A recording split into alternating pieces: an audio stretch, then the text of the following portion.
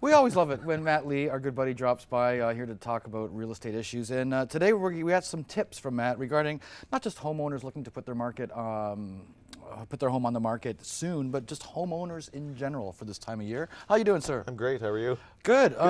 This time of year, a lot of people should be paying attention to certain things with their home.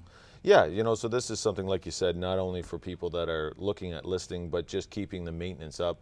First of all, I just changed a furnace filter the other day, and I highly recommend it now because we have been changing it once a month in the winter. Is that what you're supposed to do? Is that how often? They recommend quarterly. Okay. But the thing is that your furnace is working overtime from November to March. Right. So all of a sudden, when you say quarterly, it's actually that period of time. I would say once a month is a good idea. So that's a good, it alleviates the stress on the furnace. So I would first of all start with that. Okay. With the thaw that we're getting right now, I mean, we're starting to get into a little bit of spring maintenance. One of the things is that I would say is go down and check your basement. Whether it's a moisture meter, I don't think you need to go out and buy that, but check the corners, make sure that there's no dampness. I mean, is that because the foundations with the winter we've had, where it warmed up, got cold, warmed up, it got cold, that constant contraction, back and forth, that could crack a foundation, an older foundation? Yeah, so that's a possibility. You want to make sure that you go down and have a look. Start in the basement, take a look, see if you see any darker spots in the concrete. That's one place to start. It could be that your eaves trough has come off, where all of a sudden you've got that 90 going away from the house. I mean, ice could have separated that. I mean, there's only one little tiny screw that holds that in. So I would start there. There could be an ice buildup where all of a sudden the snow and the water's coming over the side. So, it could be something that's minor, which is going to make you do a buildup of foundation of dirt against the foundation later in spring.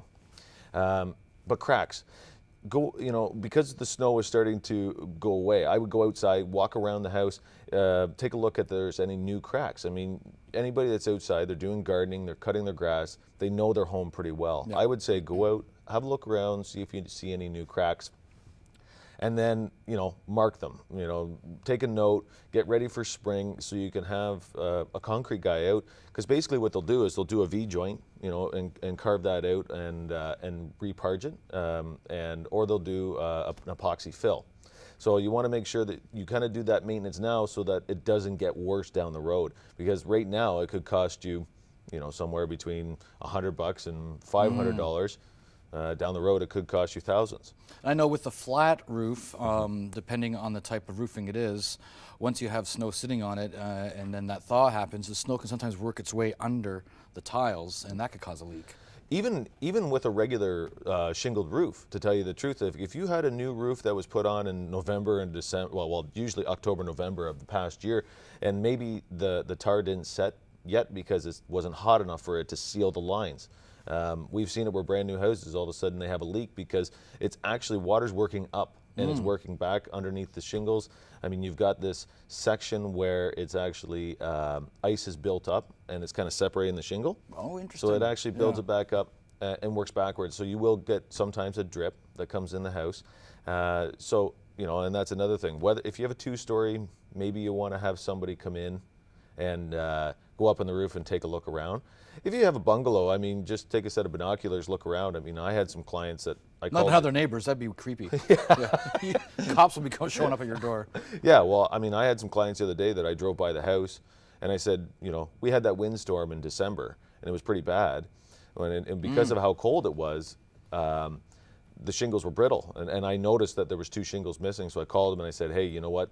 Snow's gone. Just noticed you have 2 shingles gone. Wow. You need to call somebody in so you don't get a leak in the house. And also check if you have a washer and dryer and you have a home. What can happen over the winter with a dryer? Yeah, so what happens is actually that you're building the snow up around the house. I mean, you're pushing snow off your sidewalk, and sometimes people forget about the dryer vent. And all of a sudden, you get this buildup of lint that maybe started as a small spot, and all of a sudden it's building up more and more, becomes a fire hazard. And basically what they have said is that in home ownership, small appliances are the biggest insurance claim that happens because people don't do the small maintenance. You're pulling the lint out of the dryer and you think that that's the normal thing to do. It gets in there. But I would separate that pipe. I mean, if you have a steel pipe going out, there's usually sections, you can take it apart.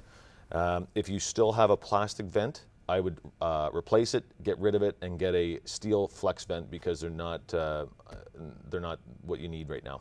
As always, excellent advice from our good buddy, Matt Lee. Thank you. Thank you.